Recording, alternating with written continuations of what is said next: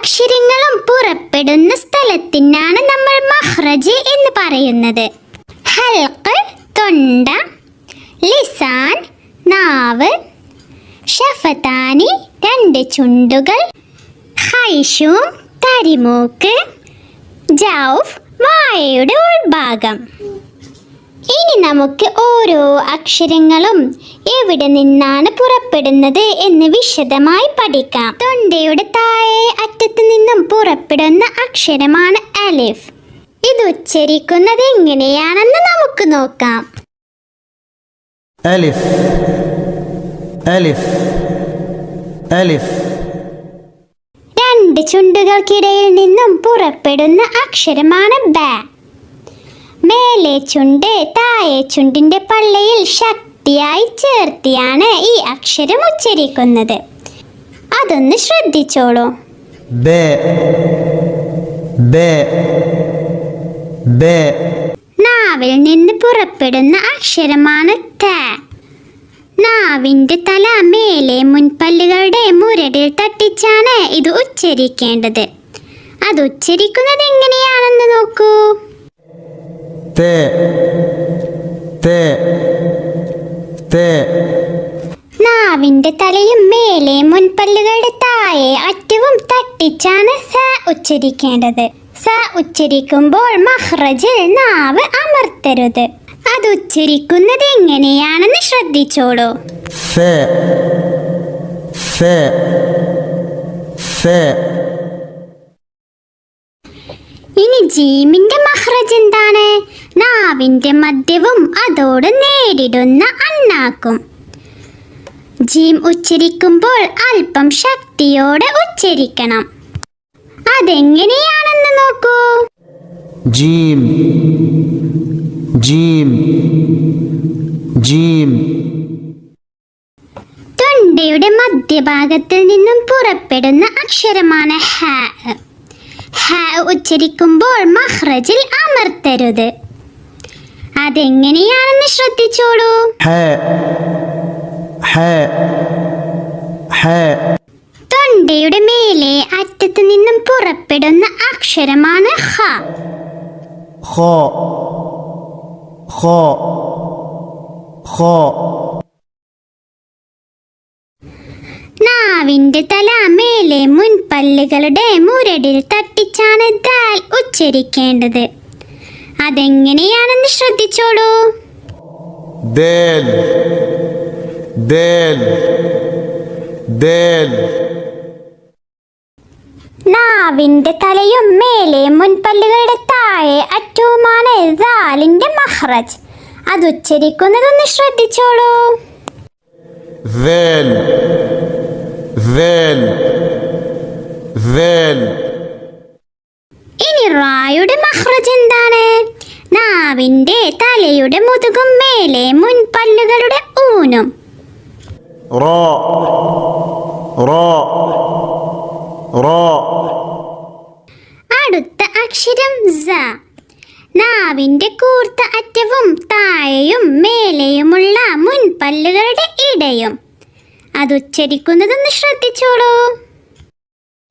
زاي زاي زاي. സായുടെ അതേ മഖ്റജിൽ നിന്ന് തന്നെയാണ് സീൻ ഉച്ചരിക്കുന്നത്. നാവിന്റെ കൂർത്ത അറ്റവും താഴെയും മേലെയുമുള്ള മുൻപല്ലുകളുടെ ഇടയും.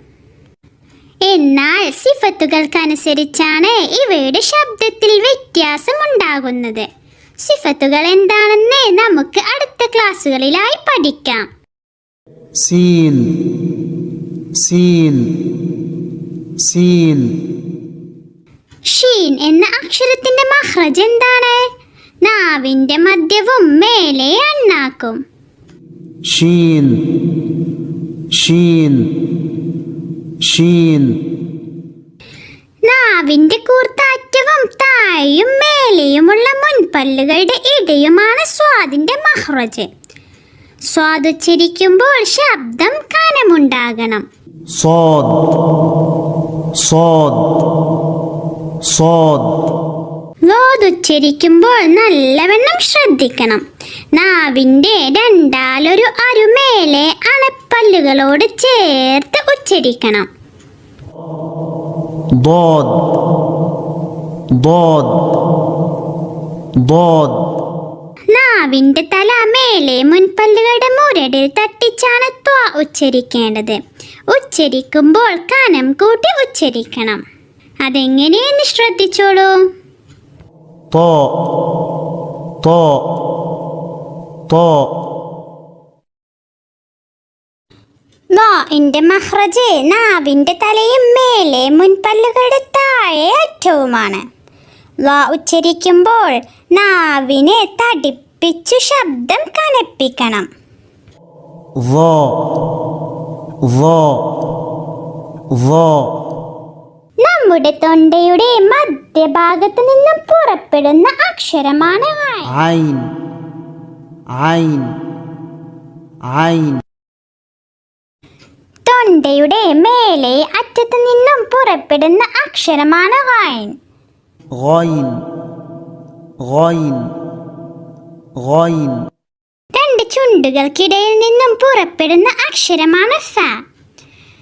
താഴെ ചുണ്ടിന്റെ പള്ള മേലെ മുൻപല്ലുകളുടെ തലയിൽ തട്ടിച്ചാണ് ഇത് ഉച്ചരിക്കേണ്ടത്. فاء فاء فاء. നാവിന്റെ അങ്ങേ അറ്റവും മേലെ അണ്ണാക്കുമാണ് ഖാഫിന്റെ മഖ്റജ്. ശബ്ദം അല്പം കനം കൂട്ടണം. ശ്രദ്ധിച്ചോളൂ. قاف قاف قاف. ഖാഫിന്റെ മഖ്റജിന്റെ അല്പം താഴെ നിന്നാണ് കാഫ് ഉച്ചരിക്കേണ്ടത്.